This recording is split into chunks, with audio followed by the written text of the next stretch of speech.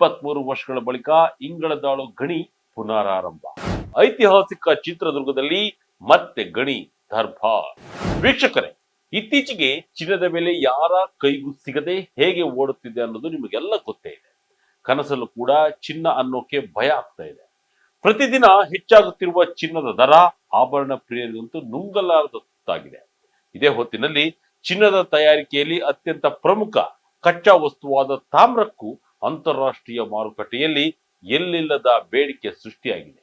ಈ ಆರ್ಥಿಕ ಬಿಕ್ಕಟ್ಟಿನ ಸಮಯದಲ್ಲಿ ಕರ್ನಾಟಕದ ಜನತೆಗೆ ಹಾಗೂ ಆರ್ಥಿಕತೆಗೆ ಒಂದು ಸಂಜೀವಿನಿಯಂತಹ ಸುದ್ದಿ ಹೊರಬಿದ್ದಿದೆ. ಬರೋಬ್ಬರಿ 2 ದಶಕಗಳ ಬಳಿಕ, ಅಂದರೆ 23 ವರ್ಷಗಳ ಸುದೀರ್ಘ ಮೌನದ ನಂತರ ಕಲ್ಲಿನ ಕೋಟೆ ನಾಡು ಚಿತ್ರದುರ್ಗದ ಇಂಗಳದಾಳು ಗಣಿಯಲ್ಲಿ ಮತ್ತೆ ಗಣಿಗಾರಿಕೆಯೇ ಸದ್ದು ಮೊಳಗಿಸಲು ಸಿದ್ಧತೆಗಳು ನಡೆದಿವೆ.